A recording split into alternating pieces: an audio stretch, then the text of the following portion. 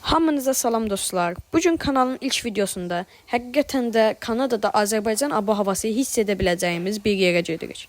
Bugün sevdiyimiz bir qohumumuzun evinə qonaq gedirik. Dolmalar bükülüb, kebablar pişiriləcək, salatlar hazırdır. Burada gördüyünüz kimi yoldayıq. Bugün yol boş idi. Normalda 40 dəqiqədən çox çəkən yolu 20 dəqiqəyə getdik. Buradan da görə biləcəyiniz kimi Kanadada yollar çox genişdir. Yolların geniş olmağı propkanı azaldır. Burada güya süfrə qurmağa kömək edirəm. Burada da bir vilka və bir qab ilə güya kömək edirəm. Və süfrə indilik belədir. Sonra dedim, gedib kebablara baxım. Güya nəsə başa düşürəm. Görürsünüz, steyklərimiz və qabırğalarımız var. Sonra birdən-birə atam gəldi, dedi ki, aç su vuracam. Səbəbini anlamasam da açdım qapağı. Görürsünüz, həqiqətən də su vurdu. Sonra dedim, nəysə, üşüdüm, keçim evə.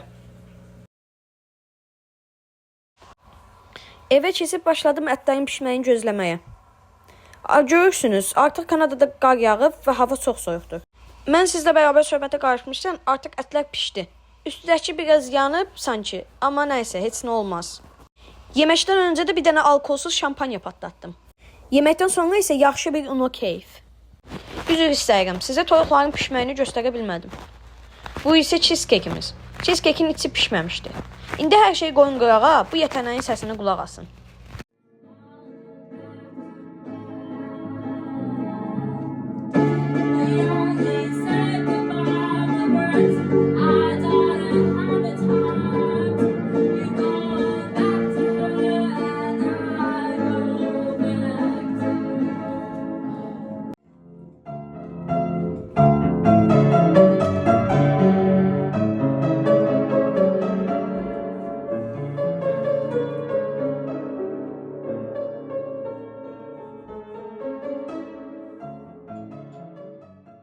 Video çox uzun olmasın deyənə Əsmər xanımın çaldığı 7-8 parçasının bilgisinə qulaq asdığımıza görə mamamın işıqlı ev deyə adlandırdığı yerə gedirik.